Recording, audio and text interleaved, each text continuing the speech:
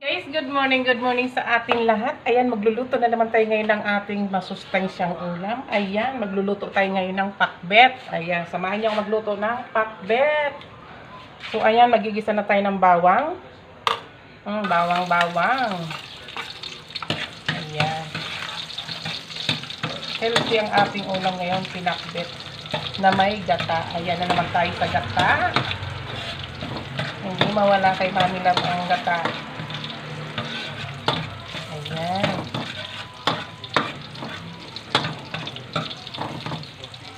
Lagyan na natin ating sibuyas. Bango. Bango ng ating bawang. Siyempre, ang sab ng ating pinakbit ay alamang at saka hipon. Ayan. Siyempre, walang kamatayang hipon.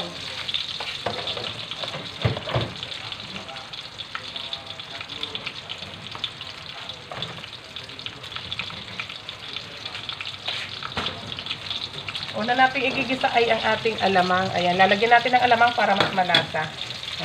Yung alamang natin, kailangan hugasan. Para piliin yung butete. Baka may halong butete. Ayan. Ang bango. Ang malakasan na ito natin yung niluto. Bango ng alamang. Hindi siya maano kasi hinugasan. Ilagyan natin ating hipon na medyo na-stack na ng matagal. Ilagay na natin. Ano na yung kanyang ulo kasi 1 week na siyang naka-stack. Diba? Ang bango.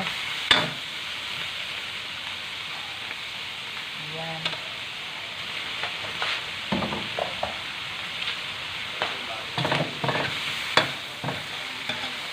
Para di malabog yung ating hipon, ilagay na natin yung ating sitaw.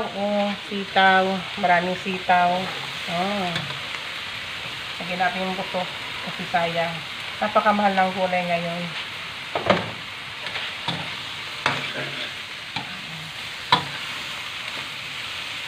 Tatanggal na yung ulo sa katawan ng hipon. Ayan.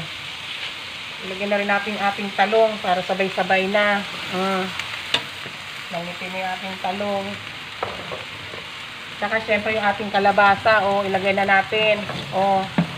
Para pagkulo, sabay-sabay kasi maani yung ating hipon. Diba? Fiesta. Ang daming gulay.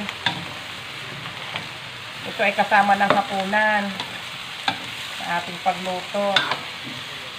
Hindi naman iiyak yan kung yan pa rin ang ulam natin sa hapunan para tayo magtitipid. Kasi napakamahal talaga ng bilihin ngayon. So 2-in-1 na. Kasama ng hapunan. Ayan.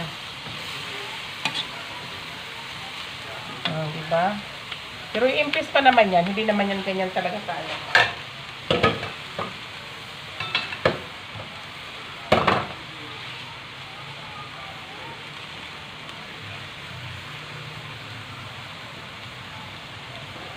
Lagyan natin ng tubig para naman maluto lalo yung ating gulay.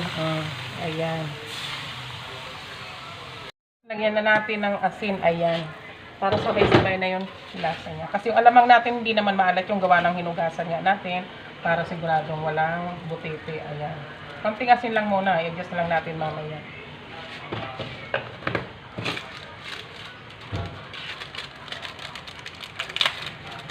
Lagyan na rin natin ating pampalasa.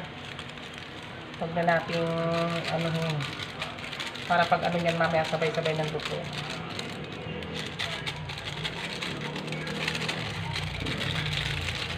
Diba? Dahil madami, inubos ko yung isang sachet.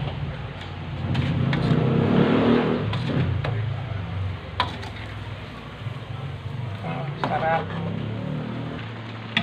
Gusto ko sa gulay may kaunting salsa. Para hindi naman dry sa kanin yung ating ulam. So, ilagyan na natin siya ng gata. Yan, siyempre ito yung ating available ngayon. I-shake lang natin para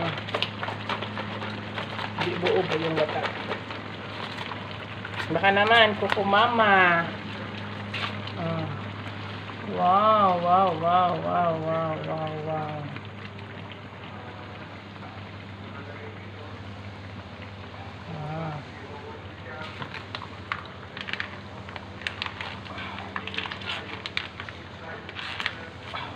Ayan. So, hayaan natin munang ganyan para hindi malabog yung ating gulay. Ayan. So, ayan guys, yung ating gulay na pakbet. Ayan, ginataan. Napaka-creamy ng ating gata. Ayan, may mga sahog na hipon and then alamang. So, maraming salamat nga pala sa patuloy niyo suporta sa aking channel, Inday Edad Bisaya. So, please subscribe and like and share, comment at pahit na rin po ng ating notification bell. At para maging updated pa tayo sa mga susunod nating video. Ayan, bye-bye!